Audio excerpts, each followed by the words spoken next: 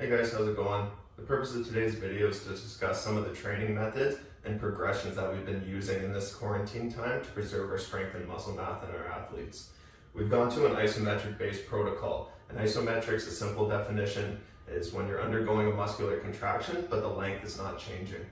So isometrics have been found to maintain muscle mass and strength over periods of time, especially without load.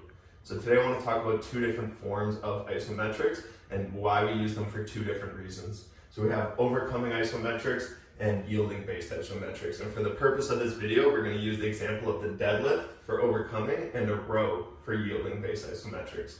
So first I'll talk about overcoming based isometrics.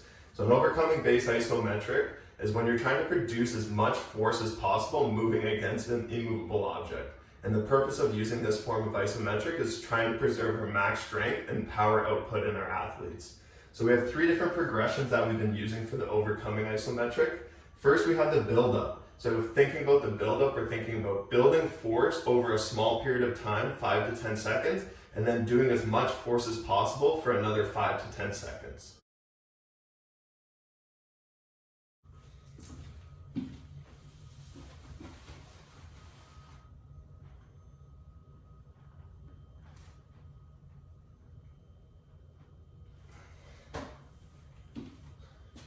The second method we're using is the attack method. So instead of building up over a period of time, we're going to try to produce as much force as possible, as fast as we can, still aiming in that 5 to 10 second window.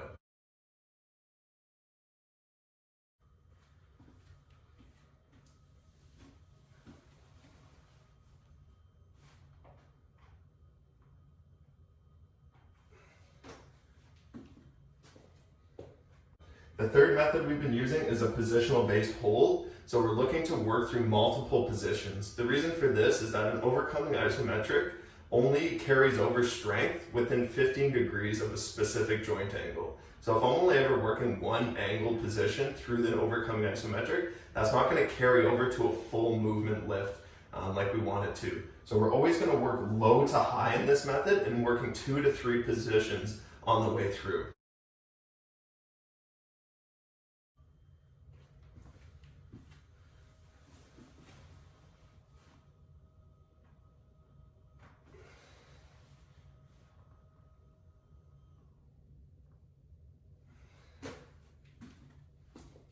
Some simple guidelines for the overcoming isometric is we're looking to produce max force for 5 to 10 seconds per rep or position. From there, we're looking to accomplish less than 30 seconds total work to mitigate the fatigue buildup over the course of these reps. So each set you do, you're looking for less than 30 seconds total of max force work. Saying that, in a total set, we're looking anywhere between 1 and 3 reps, and over time, we're going to look to accomplish 3 to 5 sets of work. Okay, the second method we're going to talk about is our yielding based method. So the difference between an overcoming and a yielding isometric is with the yielding, although we're not changing the joint angle and the contraction we're doing, we're just holding in position for time. So with the overcoming, trying to produce as much force against a movable object, we're yielding, we're just holding against an object. Okay? Yielding isometrics have been found effective in preserving strength endurance and actually aiding in some hypertrophy-based work with our athletes. So the three methods that we've been using for a yielding-based isometric is first, our hold plus reps. So we're going to hold in a position in the stretched or contracted position for a certain amount of time, and then we're going to perform a series of reps after that.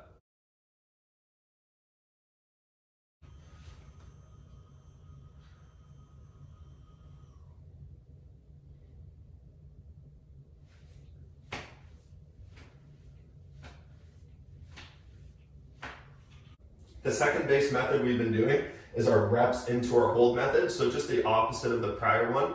We're going to do a series of reps, and then we're going to hold in that contracted or stretched position for a certain amount of time.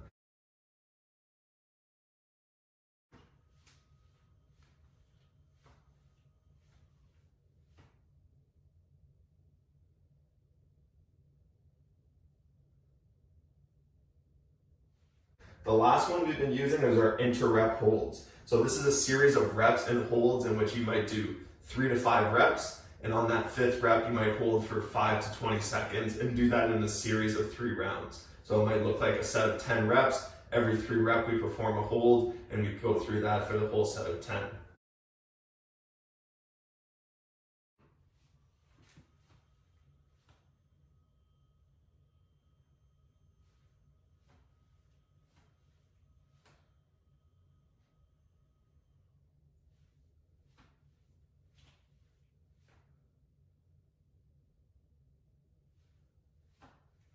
Some parameters that we're looking at, or guidelines to follow, is in each set we're looking to accomplish between 20 and 60 seconds of holding position. Okay, so that's referring directly to the holds. From there, we're looking to accomplish usually less than 60 seconds of total work or total holds per set, not including the repetitions.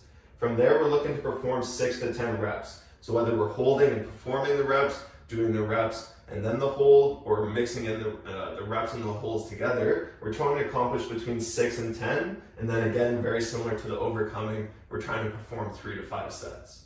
So hopefully this video gives you guys a bit of an example of the drills that we're using, and also the progressions that we're going to use to work our way through the summer. And again, these can be applied to a wide variety of drills, so feel free to get creative in what you're doing.